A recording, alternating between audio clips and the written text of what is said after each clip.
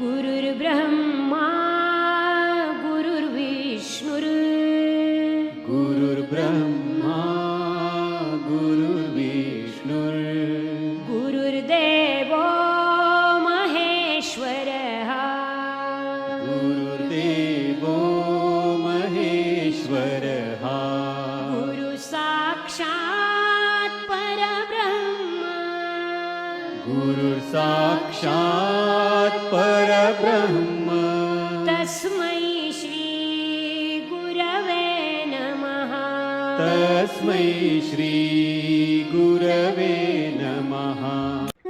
यदा यदा हि धर्मस्य ग्लानिर्भवति भारत अभ्युत्थानं धर्मस्य तदात्मानं सृजाम्यहं परित्राणाय साधूनां विनाशाय च दुष्कृतां धर्म संस्थापनार्थाय संभवामि युगे युगे।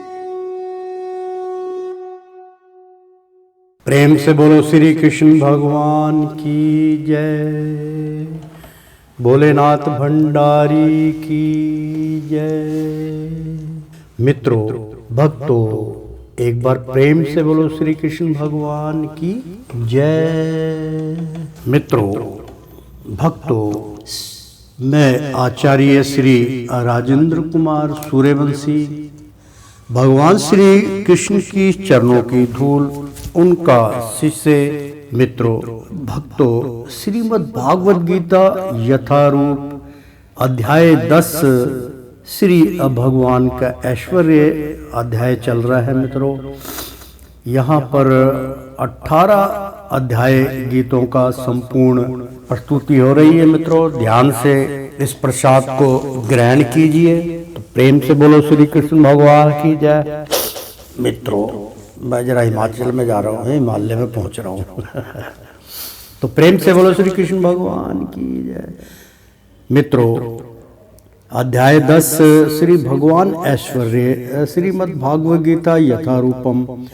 पिछले अध्याय में हमने आपको बतलाया था कि ब्रह्मा तथा शिव के सृष्टा भगवान की ही पूजा की जानी चाहिए। मोक्ष धर्म में कृष्ण कहते हैं। यहाँ तक पिछले अध्याय में हमने आपको बतलाया था। मित्रों, आगे का वर्णन अध्याय 10 हम प्रारंभ करने जा रहे हैं। तो प्रेम से बोलो श्री कृष्ण भगवान की जय। तो प्रजापति चाहा रुद्र चप्याहा में वह सर्जामी वैकुंठ तो ही अमाना विजनितो मम माया विभूमितो। मैंने ही प्रजापतियों को शिव तथा अन्यों को उत्पन्न किया, किंतु वे मेरी माया से मोहित होने के कारण यह नहीं जानते कि मैंने ही उन्हें उत्पन्न किया है। वहारा पुराण में भी कहा गया है, नारायण परो देव सत्तमः जाजत सत्य चतुर्मुखः तस्माद्रुह अद्रोद्रः भवदेवः स्याचः स्वर्गन्तः गतः। नारायण भगवान हैं जिनसे ब्रह्मा उत्पन्न हुए और फिर ब्रह्मा से शिव उत्पन्न हुए। भगवान कृष्ण समस्त पीढ़ियों के स्रोत हैं और वे स्वर कारण कहलाते हैं। वे स्वयं कहते हैं, चूंकि सारी वस्तुएं मुझसे उत्पन्न है, अतः मैं सबों का मूल कारण हूँ। सारी वस्तुएं मेरे अधीन है, मेरे ऊपर कोई भी नहीं है। कृष्ण ये बढ़कर कोई परम नियंता नहीं है। जो व्यक्ति प्रामाणिक गुरु से या वैदिक साहित्य से इस प्रकार कृष्ण को जान लेता है, वह अपनी सारी शक्तियां कृष्ण भाव अमृत में लगाता है और सचमुच विद्वान पुरुष बन जाता है। उसकी तुलना में अन्य सारे लोग जो कृष्ण को ठीक से नहीं जानते, मात्र मुख सिद्ध होते हैं। केवल मूर्ख ही कृष्ण को सामान्य व्यक्ति समझेगा। कृष्ण भावना भवित व्यक्ति को चाहिए कि कभी मूर्खों द्वारा मोहित ना हो। उसे भागवत गीता की समस्त प्रमाणिक टीकाओं एवं व्याख्याओं से दूर रहना चाहिए और दृढ़ता पूर्वक कृष्ण भावना अमृत में अक्षर होना चाहिए। मच्चिवतः मद्गत प्राणः वेदयन्त परस्परम् कथयञ्च मानित्यः तुष्यन्ति च रमन्त्यः च। मत चिता जिनके मन मुझ में रमे हैं, मत गत प्राणः जिनके जीवन मुझ में आपृत है, बोधियंतः उपदेश देते हुए, परस्परम एक दूसरे से आपस में, कथयंत बातें करते हुए, चा भी माम मेरे विषय में, नित्यम निरंतर, तुष्यन्ति ही प्रसन्न होते हैं, चा भी रमन्ति दिव्य आनंद भोगते हैं, चा भी अनुवाद मेरे अशुद्ध भक्तों के अविचार मुझ में वास करते हैं, उनके जीवन मेरी सेवा में आपृत रहते हैं और वे एक दूसरे को ज्ञान प्रदान करते तथा मेरे विश्व में बातें करते हुए परम संतोष तथा आनंद का अनुभव करते हैं। तात्पर्य यहाँ जिन शुद्ध भक्तों के लक्षणों का उल्लेख हुआ है, ये निरंतर भगवान की दिव्य प्रेमा भक्ति में रमे रहते हैं। उनके मन कृष्ण के चरण कमलों से हटते नहीं, वे दिव्य विषयों की ही चर्चा चलाते हैं। इस श्लोक में अशुद्ध भक्तों के लक्षणों का विशेष रूप से उल्लेख हुआ है। भागवत भक्त परमेश्वर के गुणों तथा उनकी लीलाओं के गान में अहर्निश लगे रहते हैं। उनके हृदय तथा आत्माएं निरंतर कृष्ण में निमग्न रहती हैं और वे अन्य भक्तों से भगवान के विषय में बातें करने में आनंदना अभाव करते हैं। भक्ति की अप्रभाविक अवस्था में वे सेवा में ही दिव्य आनंद उठाते हैं और परिपक्व अवस्था में वे ईश्वर प्रेम को प्राप्त होते हैं। जब वे इस दिव्य स्थिति को प्राप्त कर लेते हैं, तब वे उस सर्वोच्च सिद्धि का स्वाद लेते हैं जो भागवत धाम में अप्राप्त होती है। भगवान चैतन्य दिव्य भक्ति की तुलना जीव के हृदय में जीव बोने से करते हैं। ब्रह्मांड के विभिन्न आलोकों में असंख्य जीव विचरण करते रहते हैं। बहुत सुंदर यहाँ पे श्लोक चल रहा है मित्रों कि आप बीज बोने से करते हैं। आप ब्रह्मांड के विभिन्न लोकों में असंख्य जीव विचरण करते रहते हैं। इनमें से कुछ ही भाग्यशाली होते हैं जिन्हें शुद्ध भक्त से भेंट हो पाती है और भक्ति समझने का अवसर प्राप्त हो पाता है। यह भक्ति बीज के सदृश है। यदि इसे जीव के हृदय में बो दिया जाए और जीव हरे कृष्ण मंत्र का स्वर्ण तथा कीर्तन करता रहे तो बीज फलीभूत होता है। जिस प्रकार की नियमित सींचते रहने से वृक्ष का बीज फलता है, भक्ति रूपी आध्यात्मिक वृक्ष क्रमशः बढ़ता रहता है जब तक यह ब्रह्मांड के आवरण को भेद कर स्वर्ग में ब्रह्म ज्योति तक नहीं पहुंच जाता। स्वर्ग में भी यह वृक्ष तब तक बढ़ता जाता है जब तक उस उच्चतम लोक को नहीं प्राप्त कर लेता जिसे गोलोक वृंदावन या कृष्ण का परम धाम कहते हैं। अंत तोगतवः यह वृक्ष भगवान के चरण कमलों की शरण प्राप्त कर वही अविश्राम पाता है। जो जो इस वृक्ष में कर्म से फूल तथा फल आते हैं, त्यों त्यों भक्ति रूपी वृक्ष में भी फल आते और कीर्तन तथा स्वर्ण के रूप में उसका सिंचन चलता रहता है। चैतन्य चरित्र अमृत में मध्य लीला अध्याय 19 भक्ति रूपी वृक्ष का विस्तार से वर्णन हुआ है। यहाँ यह बताया गया है कि जब पूर्ण वृक्ष भगवान के आचरण कमलों की शरण ग्रहण कर लेता है तो मनुष्य पूर्णतया भागवत प्रेम में अलीन हो जाता है। तब वह एक क्षण भी परमेश्वर के बिना नहीं रह पाता। जिस प्रकार की मछली जल के बिना नहीं रह सकती, ऐसी अवस्था में भक्त वास्तव में परमेश्वर के संग से दिव्य गुण प्राप्त कर लेता है। श्रीमद् भागवत में भी भगवान तथा उनके भक्तों के संबंध के विषय में ऐसे अनेक कथाएं हैं। इसलिए श्रीमद् भागवत भक्तों को अत्यंत प्रिय है। जैसे कि भागवत में ही 12, 13 और 18 में कहा गया है, श्रीमद् भागवत पुराण अमल यदो वैष्णवाना प्रियम।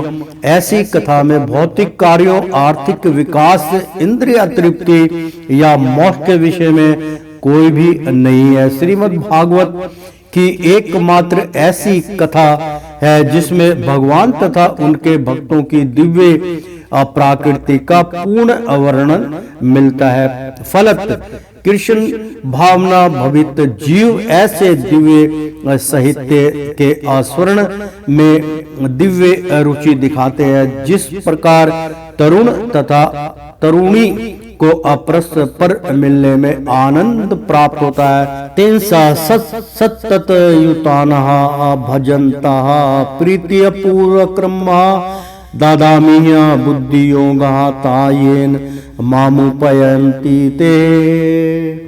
तेवाम उनको सतत युक्ता नाम सदैव लीन रहने वालों को, भक्तताम भक्ति करने वालों को प्रीति पूर्ण क्रम प्रेम भाव सहित ददामी देता हूँ। बुद्धि योगम असली बुद्धि तम वह ये न जिससे माम मुझको हो उपयंतिया प्राप्त होते हैं ते अवे।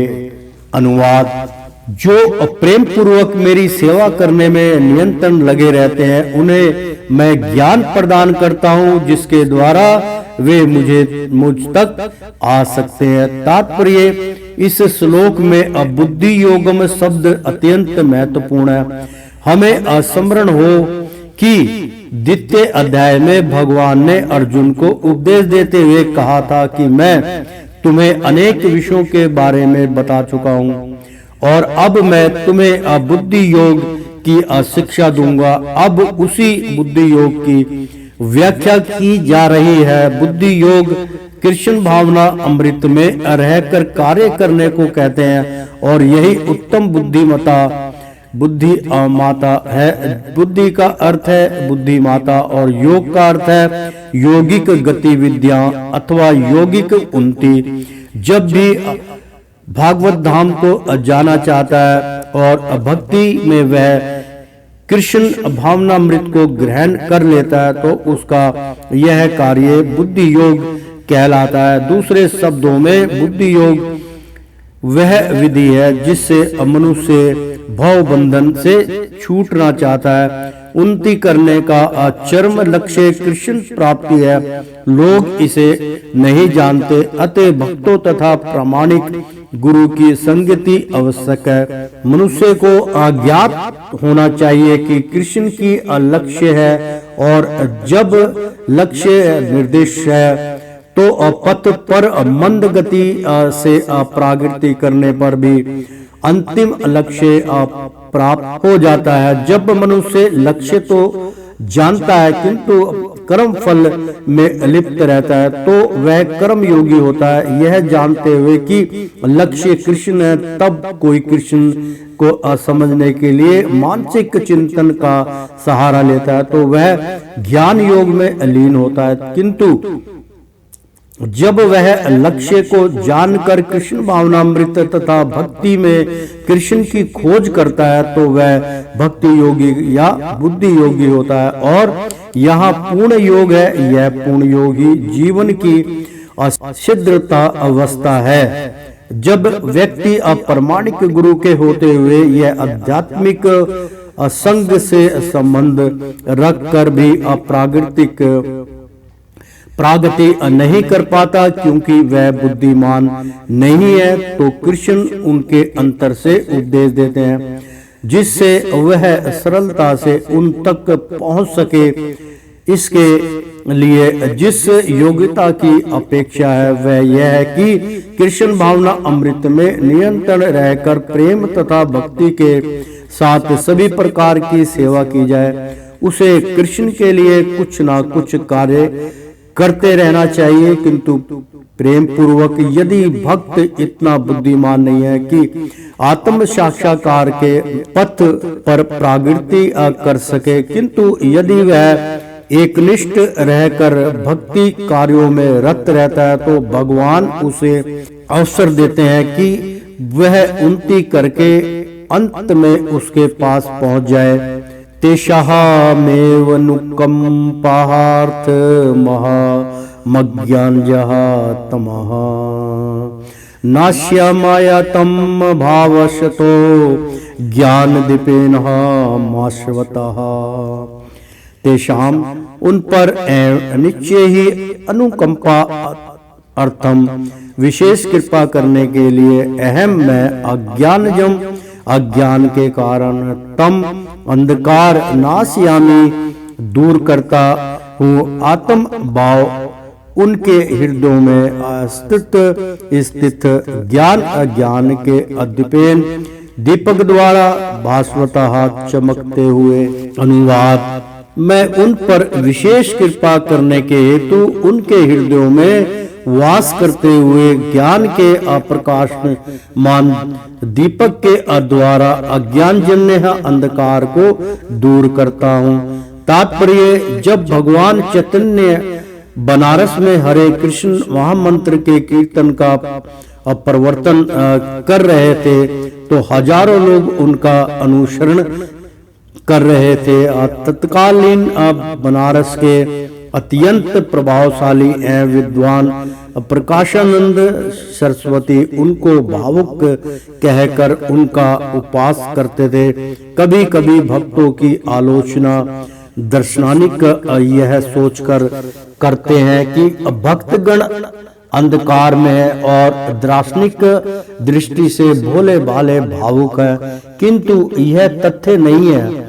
ऐसे अनेक बड़े बड़े विद्वान पुरुष हैं जिन्होंने भक्ति का दर्शन प्रस्तुत किया है, किंतु यदि कोई भक्त उनके इस सत्य का या अपने गुरु का लाभ ना भी उठाए और यदि वह अपनी भक्ति में एकनिष्ठ रहे, तो उसके अंतर से कृष्ण स्वयं उसकी सहायता करते हैं। अतः कृष्ण भावनामृत में रत एकनिष्ठ भक्त ज्ञान रहित नहीं हो सकता। इसके लिए इतनी ही योग्यता चाहिए कि वह पूर्ण कृष्ण भावनामृत में रहकर भक्ति संपन्न करता रहे।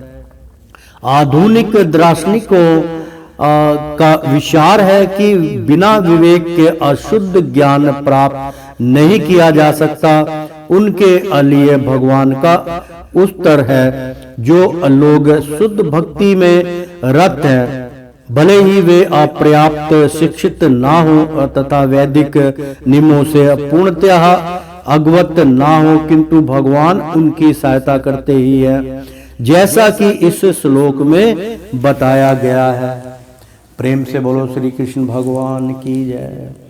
भगवान अर्जुन को बताते हैं कि मात्र चिंतन से परम सत्य भगवान को समझ पाना असंभव है, क्योंकि भगवान इतने महान हैं कि कोरे मानसिक प्रयास से उन्हें ना तो जाना जा सकता है, ना ही अप्राप्त किया जा सकता है। भले ही कोई लाखों वर्ष तक चिंतन करता रहे, किंतु यदि भक्ति नहीं करता, यदि वह परम सत्य का प्रेमी नहीं है, तो उसे कभी भी कृष्ण या परम सत्य समझ में नहीं आएगा। परम सत्य कृष्ण केवल भक्ति से प्रसन्न होते हैं और अपनी अचैतन्य शक्ति से वे अशुद्ध भक्त के हृदय में स्वयं प्रकट हो जाते हैं। शुद्ध भक्त के हृदय में तो कृष्ण निरंतर रहते हैं और कृष्ण की उपस्थिति सूर्य के समान है, जिसके द्वारा अज्ञान का अंधकार तुरंत दूर हो जाता है। शुद्ध भक्त पर भगवान की यही विशेष कृपा है। करोड़ों जन्मों के अभौतिक संसर्ग के आकलमश के कारण मनुष्य का हृदय भौतिकता के मल धूलि से आच्छादित हो जाता है, किंतु जब मनुष्य भक्ति में लगता है और निरंतर हरे कृष्ण का जाप करता है तो यह मल तुरंत दूर हो जाता है और उसे शुद्ध ज्ञान प्राप्त होता है। परम अलक्ष्य विष्णु को इसी जप तथा भक्ति से प्राप्त किया जा सकता है, अन्य किसी प्रकार के मनोधर्म या तर्क द्वारा नहीं। शुद्ध भक्त जीवन की भौतिक आवश्यकताओं के लिए चिंता नहीं करता है, यही उसे कोई और चिंता करने की आवश्यकता है, क्योंकि हृदय में अंधकार हट जाने पर भगवान स्वयं असंतः सब कुछ प्रदान करते हैं। जब वे भक्त की अप्रेमा भक्ति से प्रसन्न होते हैं, यही भागवत गीता का उपदेश सार है। भागवत गीता के अध्ययन से मनुष्य भगवान के शरणागत होकर शुद्ध भक्ति में लग जाता है। ऐसे ही भगवान अपने ऊपर भार ले लेते हैं, मनुष्य सारे भौतिक प्रयासों से मुक्त हो जाता है। मित्रों, अध्याय 10 श्री भगवान का ऐश्वर्य, श्रीमद् भागवत गीता यथारूपम, अध्याय 10 का यहाँ पे उच्चारण हो रहा है। मित्रों, अर्जुन उवाच पर ब्रह्मा पर धाम पवित्र परम भगवान, यानी कि बहुत सुंदर श्लोक है। मित्रों, अर्जुन क्या कह रहे हैं? अप्रहा ब्रह्म प्रहा धाम पवित्र परम मम भावना पुरुष शाश्वत दिव्ये मादिदितो देव अमंजहा विभुमम आउस्तावा अमीर्ष्य सर्वे देव ऋषि अनारदता तत्सत्तः आसितो देवलो व्यासः सह्याच्यवो अब्रविष्यः में। अर्जुन उवाच, अर्जुन ने कहा, परम परम ब्रह्म सत्य परम परम धाम आधार पवित्रम शुद्ध पर परमम परम भावान आप पुरुषम पुरुष शाश्वत तम आदि दिव्यम दिव्य आदि देवम आदि स्वामी अजम अंजन्मा विभुम सर्वोच्च आहु कहते हैं। तवाम आपको ऋषि साधुगण सर्वे सभी देव ऋषि देवताओं के ऋषि नारद तथा भी आसित देवल व्यास स्वयं चा अभी अनिश्चय ही ब्रह्म विषय आप बता रहे हैं, मैं मुझको अनुवाद। अर्जुन ने कहा, आप परम भगवान परम धाम परम पवित्र परम सत्य हैं। आप नित्य दिव्य आदि पुरुष अनजन्मा तथा महात्म है। नारद आसित देवल तथा व्यास जैसे ऋषि आपके इस सत्य की पुष्टि करते हैं और अब आप स्वयं भी मुझसे प्रकट कह रहे हैं। तात्पर्य, इन दो श्लोकों में भगवान आधुनिक दर्शनिक को अवसर प्रदान करते हैं, क्योंकि यहाँ यह स्पष्ट है कि परमेश्वर जीव आत्मा से भिन्न है। इस अध्याय के 4 महत्वपूर्ण श्लोकों को सुनकर अर्जुन की सारी शंकाएं जाती रही और उसने कृष्ण को भगवान स्वीकार कर लिया। उसने तुरंत ही उद्घोष किया, आप पर ब्रह्म है। इसके पूर्व कृष्ण कह चुके हैं कि वे प्रत्येक वस्तु तथा प्रत्येक प्राणी के आदि कारण है। प्रत्येक देवता तथा प्रत्येक मनुष्य उन पर आश्रित हैं। वे अज्ञानवश अपने को भगवान से परम स्वतंत्र मानते हैं। ऐसा अज्ञान भक्ति करने से पूरी तरह मिट जाता है। भगवान ने पिछले श्लोक में उसकी पूरी व्याख्या की है। अब भागवत कृपा से अर्जुन उन्हें परम सत्य रूप में स्वीकार कर रहा है, जो वैदिक आदेशों के सर्वदा अनुरूप है। ऐसा नहीं है कि परम शका होने के कारण अर्जुन कृष्ण की चाटुकारी करते हुए उन्हें अपरम सत्य भगवान कह रहा है। इन दोनों श्लोकों में अर्जुन जो भी कहता है उसकी पुष्टि वैदिक सत्य द्वारा होती है। वैदिक आदेश इसकी पुष्टि करते हैं कि जो कोई परमेश्वर की भक्ति करता है वही उन्हें समझ सकता है, अन्य कोई नहीं। इन श्लोकों में अर्जुन द्वारा कहे शब्द वैदिक आदेशों द्वारा पुष्ट होते हैं। मित्रों, जो वेद से ही शास्त्र बने, वेद की यहाँ पे गणना हो रही कि वेद में जो कहा गया है वही यहाँ पे उसका उल्लेख किया जा रहा है। मित्रों, श्रीमद् भागवत गीता यथारूपम अध्याय 10 श्री भगवान का ऐश्वर्य। तो केन उपनिषद में कहा गया है कि अपर ब्रह्मा प्रत्येक वस्तु के आश्चर्य है, और कृष्ण पहले ही कह चुके हैं कि सारी वस्तुएं उन्हीं पर आश्रित हैं। मुंडक उपनिषद में पुष्टि की गई है कि जिन परमेश्वर पर सब कुछ आश्रित है उन्हें उनके चिंतन में रत रहकर ही प्राप्त किया जा सकता है। कृष्ण का यह निरंतर चिंतन स्मरण है जो व्यक्ति की 9 विद्यों में से है। भक्ति के द्वारा ही मनुष्य कृष्ण की स्थिति को समझ सकता है और इस भौतिक देह से छुटकारा पा सकता है।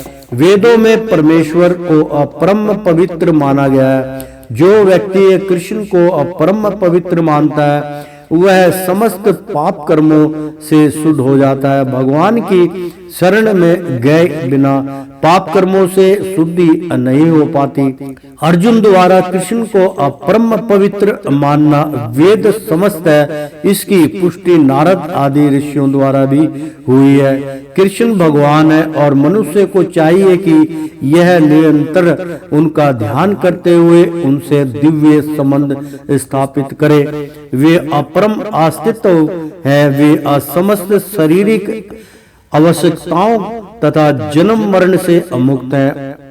इसकी अपुष्टि अर्जुन ही नहीं आपूर्ति सारे वेद पुराण तथा इतिहास ग्रंथ करते हैं। सारे वैदिक सत्य में कृष्ण का ऐसा वर्णन मिलता है और भगवान स्वयं भी 4थे अध्याय में कहते हैं, यद्यपि मैं अनजन्मा हूँ किंतु धर्म की स्थापना के लिए इस पृथ्वी पर प्रकट होता हूँ। वे अपरम पुरुष हैं, उनका कोई कारण नहीं है क्योंकि वे समस्त कारणों के कारण हैं और सब कुछ उन्हीं से उद्भूत है। ऐसा पूर्ण ज्ञान केवल भागवत कृपा से प्राप्त होता है।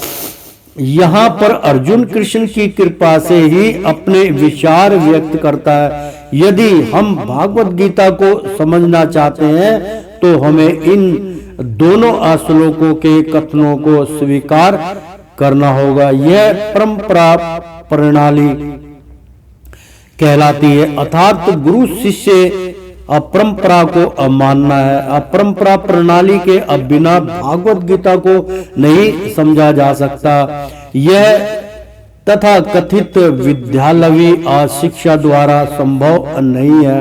दुर्भाग्यवश जिन्हें अपनी उच्च शिक्षा का घमंड है वे वैदिक साहित्य के इतने प्रमाणों के होते हुए भी अपने इस दुराग्रह पर अड़े रहते हैं कि कृष्ण एक सामान्य व्यक्ति है। स्वर में तहंत हम मन्यहा नमः वदास्यहा केशवः नाहि ते भगन व्यायक्ति विदुदेवः नादानवः। सर्वम सबको एतत् इस अरिष्टम सत्य मन्य स्वीकार करता हूँ। यते जो माम मुझको वदसिह कहते हो केशव हे कृष्ण ना कभी नहीं ही अनिश्चय ही ते आपका भगवान, हे भगवान व्यक्तितम स्वरूप को अविदु जान सकते हैं। देवा अदेवक देवतागण ना तो दानवर यानी कि दानव असुरगण। अनुवाद, हे कृष्ण अपने आपने मुझसे जो कुछ कहा है उसे मैं पूर्णतया सत्य मानता हूँ। हे प्रभु, ना तो देवतागण ना असुरगण ही आपके स्वरूप को समझ सकते हैं। तात्पर्य यहाँ पर अर्जुन इसकी पुष्टि करता है कि श्रद्धाहीन तथा आसुरी प्रकृति वाले लोग कृष्ण को नहीं समझ सकते। जब देवतागण तक उन्हें नहीं समझ पाते तो आधुनिक जगत के तथा कथित विद्वानों का क्या कहना। भागवत कृपा से अर्जुन समझ गया कि परम असत्य कृष्ण ही है और वे असंपूर्ण है। अतः अर्जुन के पथ का अनुसरण करना चाहिए। उसे भागवत गीता का प्रमाण प्राप्त था, जैसा कि भागवत गीता के 4th अध्याय में कहा गया है। भागवत गीता के समझने की शिष्य परंपरा का हास हो चुका था। अतः कृष्ण ने अर्जुन से उसकी पूर्ण स्थापना की, क्योंकि वे अर्जुन को अपना परम प्रिय सखा तथा भक्त समझते थे। अतः जैसा कि गीतोपनिषद की भूमिका में हमने कहा है, भागवत गीता का ज्ञान परंपरा विधि से प्राप्त करना चाहिए। परंपरा विधि के लुप्त होने पर उसके सूत्रपात के लिए अर्जुन को चुना गया। हमें चाहिए कि अर्जुन का हम अनुसरण करें, जिसने कृष्ण की सारी बातें मान ली। तभी हमें भागवत गीता के सार को समझ सकेंगे और तभी कृष्ण को भगवान रूप में मान सकेंगे। प्रेम से बोलो श्री कृष्ण भगवान की जय।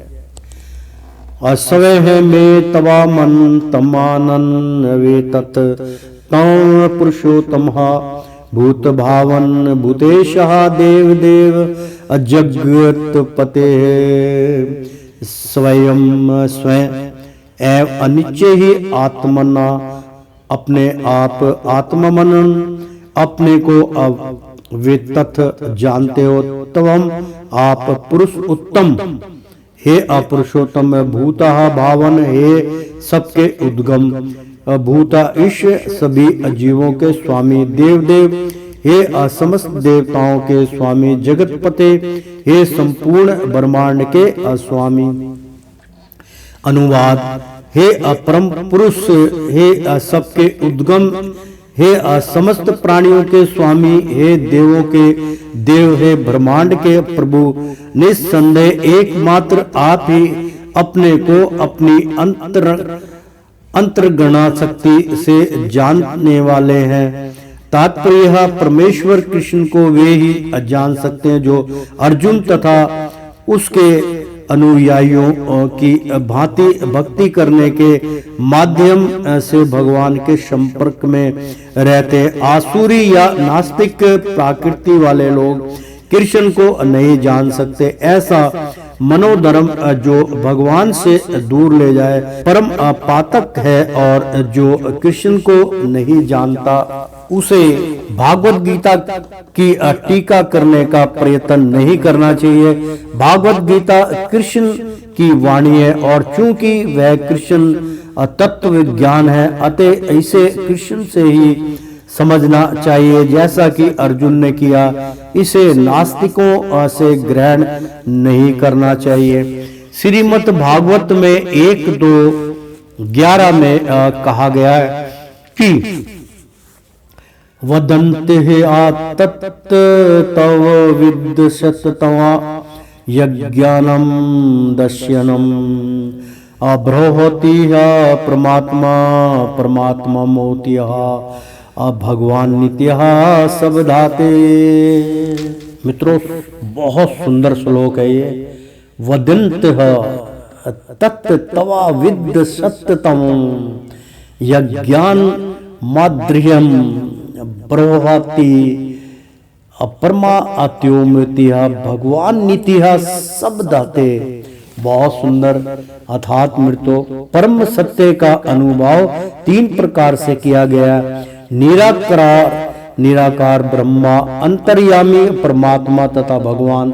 अतः परम सत्य के ज्ञान की अंतिम अवस्था भगवान है। हो सकता है कि असामान्य व्यक्ति अथवा ऐसे मुक्त पुरुष भी जिसने निराकार ब्रह्मा अथवा अंतर्यामी परमात्मा का साक्षात्कार किया है, भगवान को ना समझ पाए। अतः ऐसे व्यक्तियों को चाहिए कि वे भगवान को भागवत गीता के श्लोकों से जानने का प्रयास करें, जिन्हें स्वयं कृष्ण ने कहा है। कभी कभी अनिर्वेशवादी कृष्ण को भगवान के अरूप में या भगवान के अप्रमाण रूप में अस्वीकार करते हैं, किंतु अनेक मुक्त पुरुष कृष्ण को पुरुषोत्तम रूप में नहीं समझ पाते। इसलिए अर्जुन उन्हें पुरुषोत्तम कहकर संबोधित करता है।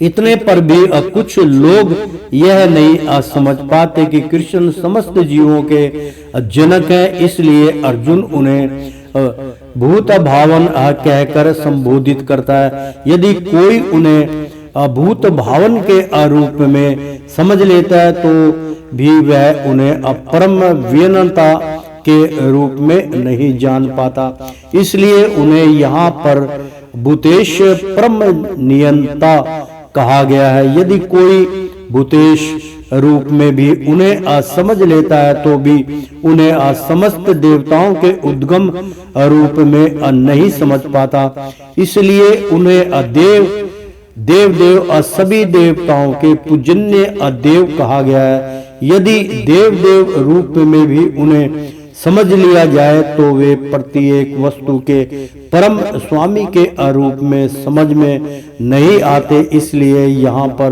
उन्हें जगतपति कहा गया। इस प्रकार अर्जुन की अनुभूति के आधार पर कृष्ण विश्व का सत्य की स्थापना इस श्लोक में हुई है। हमें चाहिए कि कृष्ण को यथा रूप में समझने के लिए हम अर्जुन के पद चिन्हों का अनुसरण करें। प्रेम से बोलो श्री कृष्ण भगवान की जय। वक्तुहमरस्य शिशेषण दिव्या हत्या महाविभूत्या या भी अविभूत्या बिलोका निमंत सत्नवा व्याप्य तृष्टसी। व्यक्तुम कहने के लिए अर्हसी योग्य है। अशेषण विस्तार में दिव्या देवी अलौकिक ही अनिश्चय ही आत्म अपना विभूत्य ऐश्वर्य या भी अजिन्न विभूत्य भी ऐश्वर्यों से लोकान समस्त लोगों को ईमान इन तमम आप व्यापत होकर त्रिष्टि स्थिर है। अनुवाद। कृपा करके विस्तार पूर्वक मुझे अपने उन देव ऐश्वर्यों को बताएं जिनके द्वारा आप इन समस्त लोकों में व्याप्त हैं। तात्पर्य इस श्लोक से ऐसा लगता है कि अर्जुन भगवान संबंधी अपने ज्ञान से पहले से संतुष्ट है। कृष्ण कृपा से अर्जुन के पास अनुभव बुद्धि अपने तथा ज्ञान के अतिरिक्त मनुष्य को इन साधनों से जो कुछ प्राप्त हो सकता है वह सब प्राप्त है तथा उसने कृष्ण को भगवान के आरूप में समझ रखा है। उससे किसी प्रकार का संशय नहीं है। तो भी वह कृष्ण से अपनी सर्वव्यापकता की व्याख्या करने के लिए अनुरोध करता है। सामान्य तथा विशेष रूप से निर्वेशवादी भगवान की सर्वव्यापकता के विषय में अचिंतित रहते हैं। अतः अर्जुन श्री कृष्ण से पूछता है कि वे अपनी विभिन्न शक्तियों के द्वारा किस प्रकार सर्वव्यापी रूप में विद्यमान रहते हैं। हमें यह जानना चाहिए कि अर्जुन सामान्य लोगों के हित के लिए ही यह पूछ रहा है। तो प्रेम से बोलो श्री कृष्ण भगवान की जय।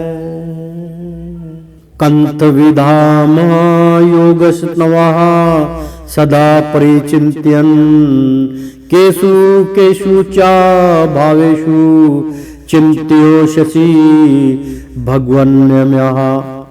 कथम यानी कि किस तरह कैसे विद्धाम अहम मैं जान सकूं योगिन हे अपरम योगी त्वाम आपको अपरिचिन्त्यम चिंतन करता हुआ केसु किस अच्छा अभी अभावेशु रूपों में और चिंत्यस्य असीह आपका स्मरण किया जाता है। भगवान हे भगवान माया मेरे द्वारा अनुवाद हे कृष्ण हे परम योगी मैं किस तरह आपका निरंतर चिंतन करूं और आपको कैसे जानूं। हे भगवान आपका स्मरण किन किन रूपों में किया जाए। बहुत सुंदर अनुवाद, बहुत सुंदर श्लोक। मित्रों ध्यान से सुनिएगा। तात्पर्य जैसा कि पिछले अध्याय में कहा जा चुका है, भगवान अपनी योग माया से आच्छादित रहते हैं। केवल शरणागत भक्त जन की उन्हें देख सकते हैं। जब अर्जुन को विश्वास हो चुका है कि उसके मित्र कृष्ण भगवान है, किंतु वह उस सामान्य विधि को जानना चाहता है जिससे द्वारा स्वर साधारण लोग भी उन्हें सर्वव्यापी रूप से समझ सके। असुरों तथा नास्तिकों सहित सामान्य जन कृष्ण को नहीं जान पाते, क्योंकि भगवान अपनी अयोग माया शक्ति से आच्छादित रहते हैं। दूसरी बात यह है कि ये प्रश्न जन सामान्य के लाभ हेतु पूछे जा रहे हैं। उच्च कोटि का भक्त केवल अपने ही ज्ञान के प्रति चिंतित नहीं रहता, आपूर्ति सारी मानव जाति के ज्ञान के लिए भी रहता है। अतः अर्जुन वैष्णव या भक्त होने के कारण अपने दयालु भाव से सामान्य जनों के लिए भगवान से सर्वव्यापक रूप के ज्ञान का द्वार खोल रहा है। वह कृष्ण को जानबूझ कर योगिन कहकर संबोधित करता है, क्योंकि वे अयोग माया शक्ति के स्वामी है, जिनके कारण वे असामान्य व्यंजन के लिए अप्रकट या प्रकट होते हैं। सामान्य व्यंजन जिसे कृष्ण के प्रति कोई प्रेम नहीं है, कृष्ण के विषय में अनियंत्रण नहीं सोच सकता, वह जो भौतिक चिंतन करता है। अर्जुन इस संसार के भौतिकतावादी लोगों की चिंतन प्रवृत्ति के विषय में विचार कर रहा है। केसु केसु चा भावेशु सब भौतिक प्राकृतिक के लिए प्रयुक्त है। भाव का अर्थ है भौतिक वस्तु। चूंकि अभौतिकतावादी लोग कृष्ण के आध्यात्मिक स्वरूप को नहीं समझ सकते, अतः उन्हें भौतिक वस्तुओं पर चित्त एकाग्र करने की तथा यह देखने का प्रयास करने की सलाह दी जाती है कि कृष्ण भौतिक रूप में किस प्रकार प्रकट होते हैं। प्रेम से बोलो श्री कृष्ण भगवान की जय। तो मित्रों श्रीमन नारायण नारायण हरि हरि, तेरी लीला सबसे न्यारी न्यारी, बोलो हरि हरि। विष्णु नारायण नारायण हरि हरि, ओ लक्ष्मी नारायण नारायण हरि हरि। मित्रों भक्तों एक बार बोल दो ना राधे राधे कृष्णम कृष्णम। प्रेम से बोलो श्री कृष्ण भगवान की जय।